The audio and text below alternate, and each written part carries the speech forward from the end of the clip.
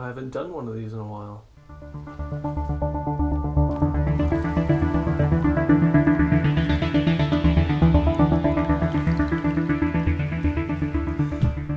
Well, I know it's been a while, guys, but I'm finally back doing shoe reviews.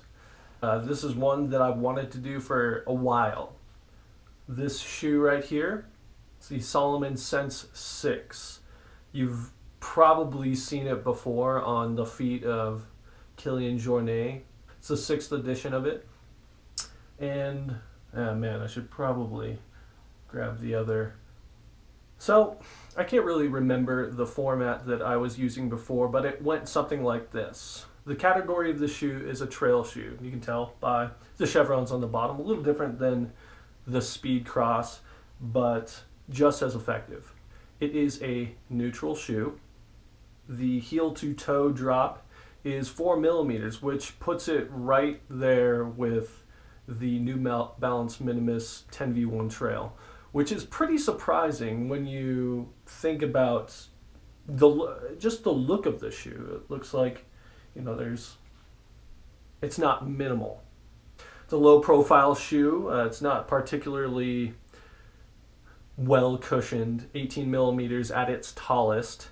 Lastly, the price of the shoe, full price, is $180 at Salomon.com. So on the pricier end. Moving on to the features of the shoe. Now, like all Salomon shoes, is packed with their running tech. That's kind of what they pride themselves on. They know what kind of conditions you're going to be facing in Chamonix, France, or on Wonderland Trail, or here in Colorado. And they have developed their shoes accordingly. So I'll quickly run through the ones that make the most difference as far as my running experience is concerned. So we'll start with the outsole, midsole, and then we'll go from there. Just like most Salomon trail shoes, they use Contagrip. It's a wet traction Contagrip, meaning that this shoe can go up against wet trail, muddy trail, rocky, uneven, loose, intense, decline, and incline.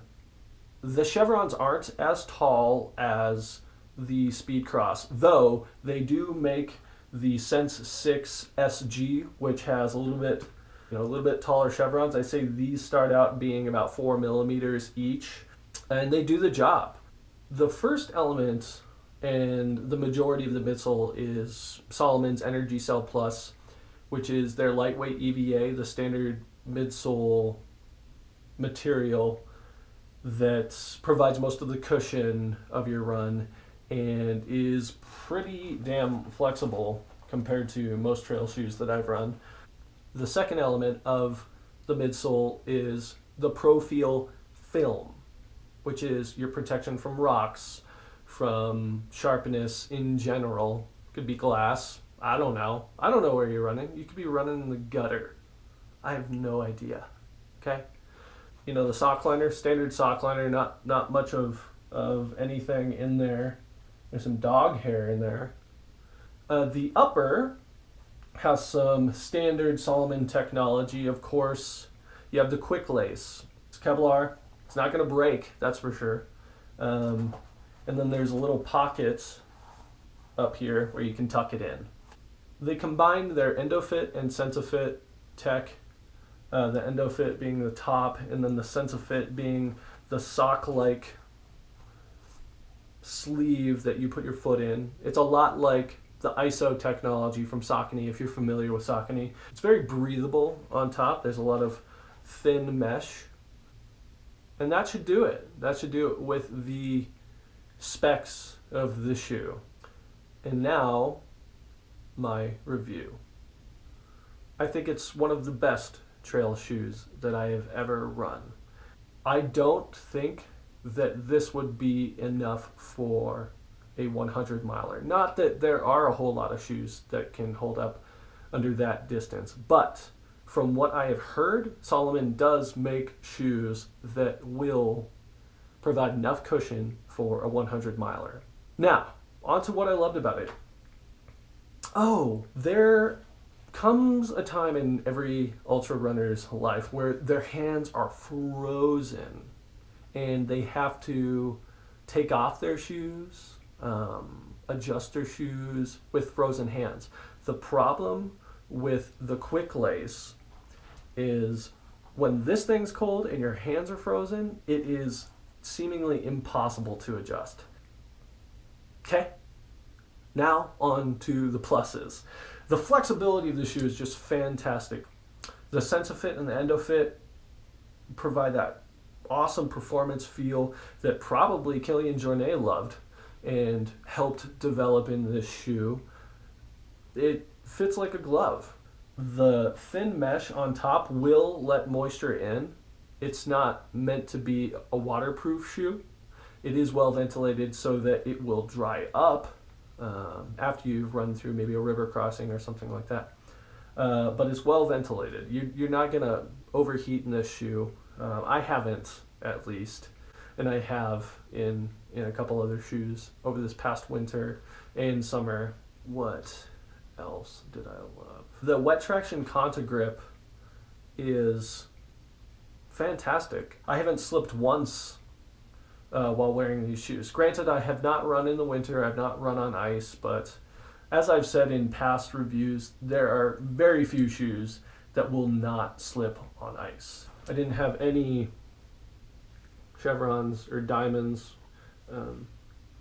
tear off on this, but as you can see, 230 miles in on the outside here, they are wearing down. Sometimes I'm, over supinate. On the other shoe, when you're pulling up this pocket with the little strap, it came disconnected. I don't think that that's a huge problem. Kind of just snapped off a couple days ago. You can still get that pocket up easily by pulling on the strap, the remaining strap. The only color option that you have is between the Sense 6 and the Sense 6 SG, which is black and red rather than white and red. But you get those taller chevrons. So, it's either this on the original Sense 6 or, get another shoe. No color options. So that leaves my rating from dislike to like to love. I would say that the shoe's a love. It holds all of the same values that I do as a runner. Flexibility, durability, grit. It has it all. So thanks, Salomon. You're doing awesome work. And that is that. I don't think there is anything more to be said. I hope you all are doing incredibly well. I hope the summer is treating you awesomely. And keep up the good work. Fall is coming, and then, of course, we have the winter, and we'll have a slew of new shoe reviews for you to feast on. So, if you like the video, give me a like. If you hate Salomon and everything that they stand for, give me a dislike. And I'll see you guys soon. Goodbye.